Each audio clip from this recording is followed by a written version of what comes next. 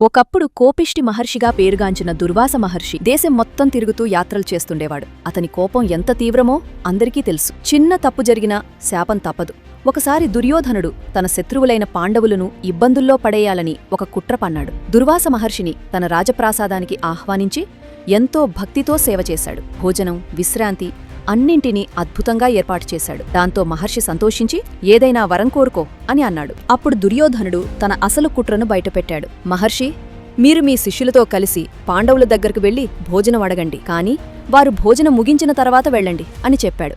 దుర్వాస మహర్షి అంగీకరించాడు. అరణ్యంలో ఉన్న పాండవులకు అప్పటికి సూర్యదేవుడిచ్చిన అక్షయపాత్ర ఉంది. అక్షయపాత్ర ప్రత్యేకత ఏమిటంటే ద్రౌపది భోజనం చేసే వరకు అది అంతులేని ఆహారాన్ని ఇస్తుంది. ఆమె భోజనం చేశాక ఆ రోజుకి పాత్ర ఖాళీ అయిపోతుంది. దుర్వాస మహర్షి తన 10,000 మంది శిష్యులతో అక్కడికి వచ్చి, మేము స్నానం చేసి వస్తాం, అప్పటికి భోజనం సిద్ధంగా ఉంచండి అని చెప్పి నదికి వెళ్లాడు. ద్రౌపది అప్పటికే భోజనం ముగించి ఉంటుంది. ద్రౌపది చాలా భయపడిపోయింది.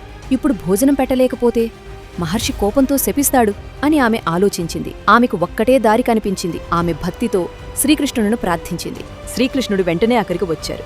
నాకు ఆకలిగా ఉంది, ముందు నాకు భోజనం పెట్టు అని అన్నాడు. ద్రౌపది ఆశ్చర్యపోయింది.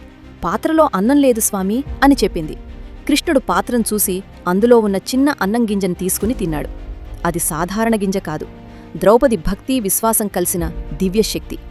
అదే సమయంలో నదిలో స్నానం చేస్తున్న దుర్వాస మహర్షి మరియు అతని శిష్యులకు అకస్మాత్తుగా కడుపు నిండిన భావన వచ్చింది. ఇప్పుడే తిన్నట్టుంది, ఇక భోజనం అవసరం లేదు అని అనుకుని అందుకే వారు నిశ్శబ్దంగా అక్కడి నుండి వెళ్ళిపోయారు. ఈ కథ ద్వారా మనకు తెలిసిన నీతి ఏమిటంటే, భక్తి ఉంటే భగవంతుడు తప్పకుండా రక్షిస్తాడు. కష్ట సమయంలో దేవుని నమ్మకం మనకు దారి చూపుతుంది. మీకు ఈ కథ నచ్చితే కామెంట్లో హరే కృష్ణ అని రాయండి. ఇంకా ఇలాంటి కథలు కావాలంటే లైక్ చేయండి, సబ్స్క్రైబ్ చేయండి. మీ అభిప్రాయం కామెంట్లో చెప్పడం మర్చిపోకండి.